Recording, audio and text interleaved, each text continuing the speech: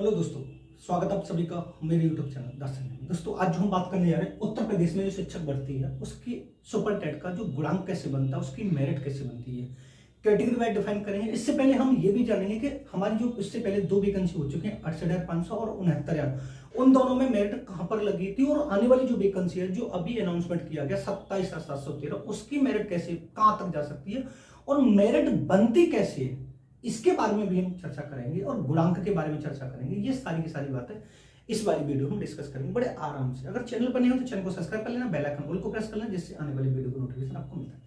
सबसे पहले हम बात करेंगे सुपर टेट, जो गुणांक या मेरिट जो बनती है, जो हमारा मेरिट बनती है, गुणांक जिस तरीके से हमें बनाया जाता है अकेडमिक और सुपर टेट का, वो किस तरीके से बनता है और फिर उसके बाद मेरिट जो होती है वो किस तरीके से बनती है। दो तरीके से क्राइटेरिया होगा, पहले पास करना है आपको, पास के बाद फिर आपको मेरिट में आना है। समझना क्या होता है कि मान लीजिए दो चीज समझनी। मान लीजिए जब हमारा सुपर टेट होगा तो सुपर टेट करने के बाद आपको दो पहलुओं से होकर गुजरना पड़ेगा। एक आपको पास करना है, पास करने के बाद फिर आपको मेरिट लिस्ट में आना है, उसके बाद किस में आना है, मेरिट लिस्ट में आना है, तब जाकर आपको जॉब मिलती है प्राइमरी में। ऐसा नहीं कि आपने सुपर टेट पास कर लिया, पास करने के बाद आपको जॉब मिल जाएगी, नहीं। पहले सुपर टेट पास करना, पास करने का क्राइटेरिया क्या रखा है वो हमें वो क्लियर करना है, फिर उसके बाद जो मेरिट बनेगी उस मेरिट में हमें अपने आप को स्टैंड करना, तब जाकर हमें जॉब मिलती है। तो उसके बारे में हम चर्चा करेंगे, समझना।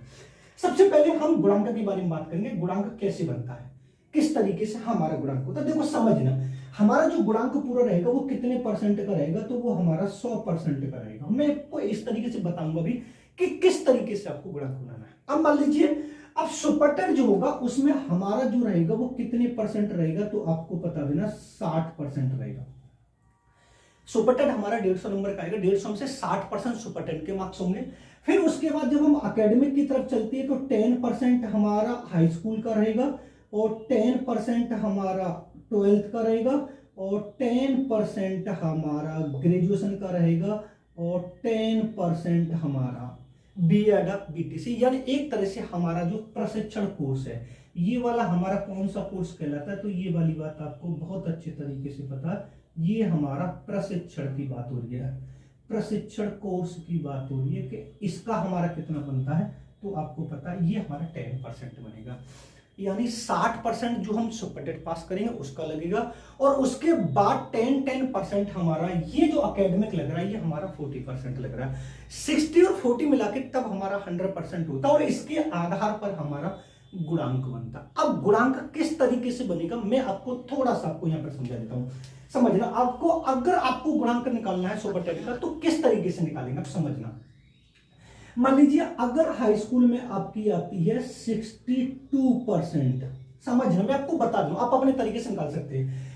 12th में आपकी आती है 60%, ग्रेजुएशन में आपकी आती है 64% और बीएड या बीटीसी में आपकी आती है, एक तरह से आप समझ लीजिए 75%। ठीक है, समझ लेना आप। अब उसके बाद अगर हमारे सुपर टेट में कितने परसेंट मार्क्स आते हैं या कितने नंबर आते हैं, तो मैं आपको सुपर टेट में बता दे रहा हूं कि आपके जो मार्क्स आए वो 105 आए, कितने में से, 150 में से। समझना, अब यहां पर आपको ये वाली बात समझनी है कि यहां पर हमारा जो है वो कितने परसेंट बनेगा। तो मान लीजिए अगर मैं 105 कितने में से लेकर आ रहा हूं, 150 में से लेकर आ रहा हूं, तो ये हमारा कितने परसेंट आ रहा है, तो आपको पता है 15 7 105, ये 70% आ रहा है। यानी सुपर टेट में अगर आपने 105 नंबर 150 में से अर्जित किए हैं तो आप कितने परसेंट मार्क्स लेकर आए हैं, 70% लेकर आए। अब इस 70% का हमें कितना लगाना है, 60% लगाना है। इस 70% का हमें 7% लगाएंगे तो ये समझ लीजिए जब हमारा ये 60% इसका लगेगा तो 7 छक्के 42 नंबर हमारे इसके लगेंगे। इसके कितने लगेंगे, 7 छक्के 42। 62% हमारी 10th में, तो इसके मार्क्स कितने लगेंगे, तो आपको पता है 6.2 लगेंगे। 6 अगर 12th में हमारी 60% है तो 6.0 लगेगा। अगर ग्रेजुएशन में हमारी 64% है तो इसका 6.4 लगेगा। अगर बीएड बीटीसी में हमारी 75% है तो हमारा 7.5 लगेगा। ये एक तरह से हमारा गुणांक बनेगा।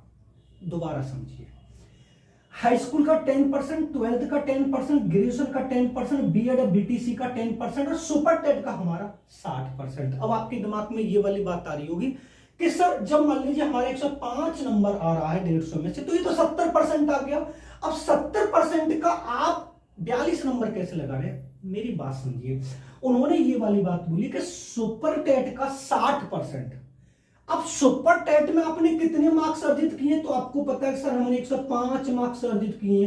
अब 105 मार्क्स जो अर्जित किए वो आपने कितने परसेंट अर्जित किए? तो आप बताएंगे सर 15 7 105 यानी 70% मार्क्स अर्जित किए। जब 70% मार्क्स अर्जित आपने किए हैं तो 70% का ही तो 60% लगाना है, यानी 70% का 60% हमारा कितना नंबर होता है? 42 मार्क्स होता है। कितना मार्क्स होता है? 42 मार्क्स होता है। और बाकी 62% का 6.2, 60% का 6.0, ग्रेजुएशन 6.4 और 70 का। अब इनको हम काउंट कर लेते हैं। मान लीजिए काउंट करते हैं, 2 2 4 4 8 5 13 का 3 हासिल को 1 पॉइंट लगा लेते हैं। 1 हासिल हो गया।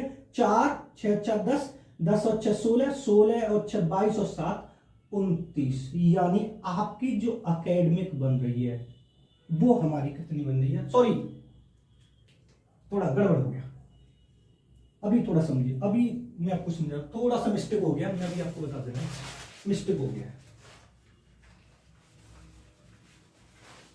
थोड़ा समझिए। अब मान लीजिए ये एकेडमिक की जब हम बात करते हैं, किसकी? इस एकेडमिक की बात करते हैं। अब ये एकेडमिक कितनी बनी इसको हम बात करते हैं, अभी आपको समझ में आएगा।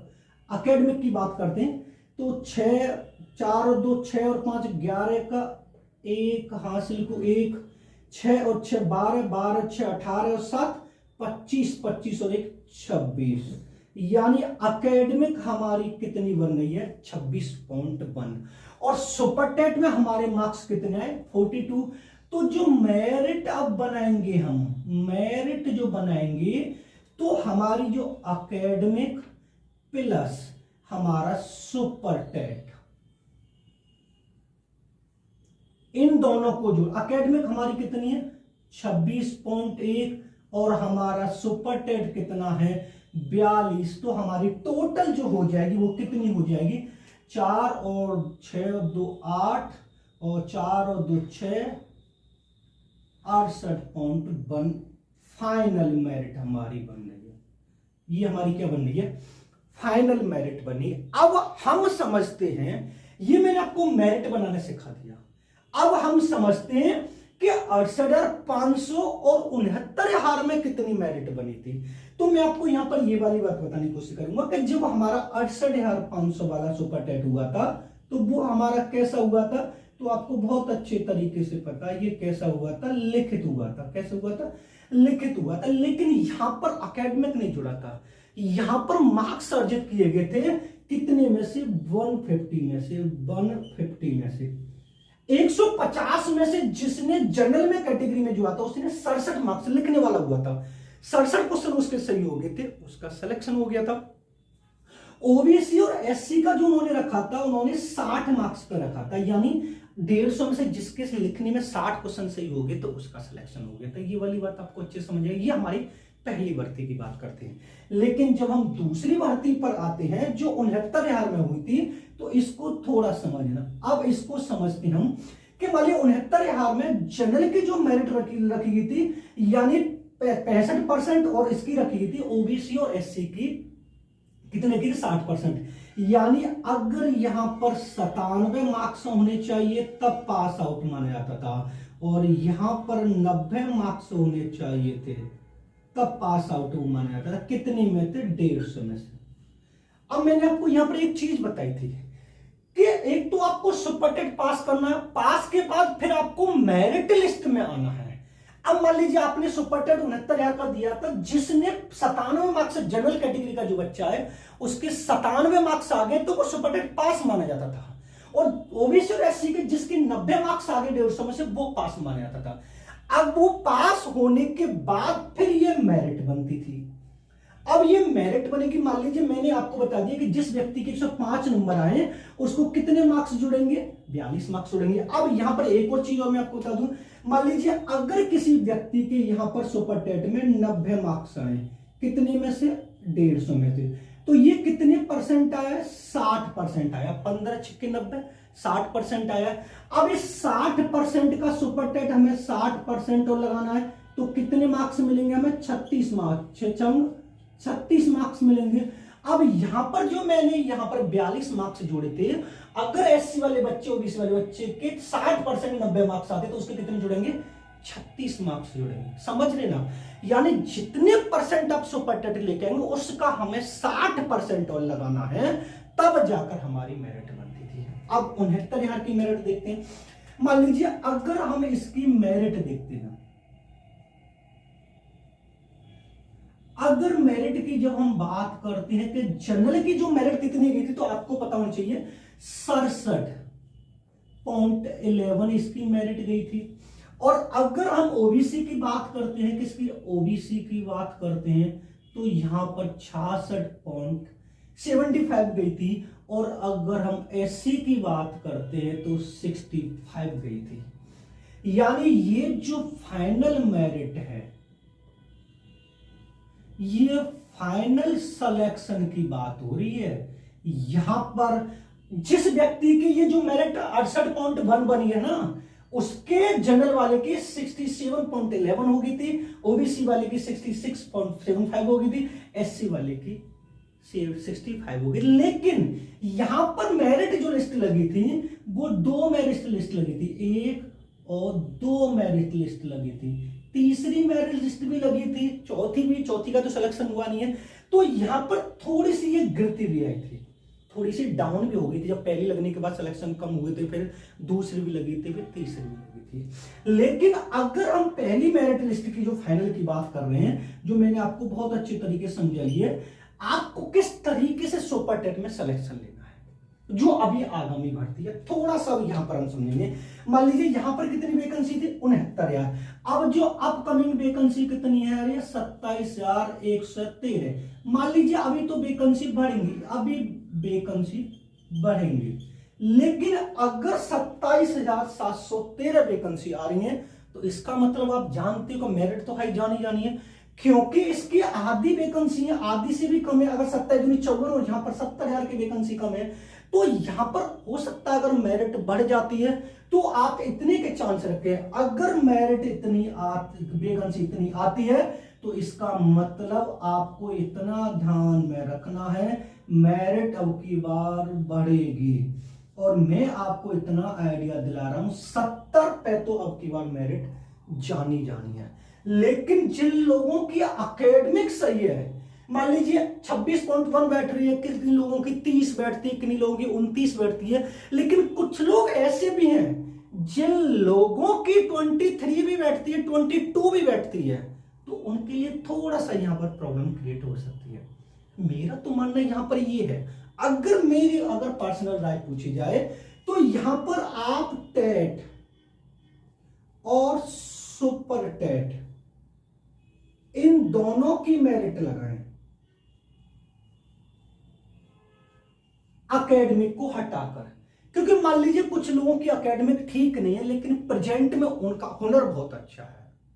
अब अगर एक एग्जांपल के तौर पर आप लिया जाए, तो बीटीसी वालों की तो एकेडमिक 30 से 29 से कोई कम नहीं होती, लेकिन बीएड वालों की 23, 24 ही रहती है। तो ये सरकार की, मैंने अपनी पर्सनल लाइफ बताई है कि दोनों को भी वर्तमान को ध्यान में रखकर आराम से लगाना चाहिए।